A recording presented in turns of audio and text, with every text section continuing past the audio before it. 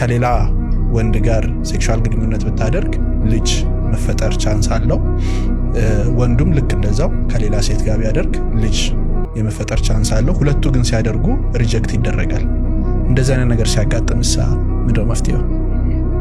ለምንድን ነው በሁለቱ መካከል ልጅ ያልተፈጠረው ነው? ጽንስ ለምንድን ነው የማይፈጠረው የሚለው የተለያዩ ምክንያቶች አሉት፣ ወይም መካንነት የምንለው ማለት ነው። ስለዚህ ከሌላ ሰው ጋር ግን አለ። ያው አንዳንድ የሚገናኙ ነገሮች አሉ አይደለ?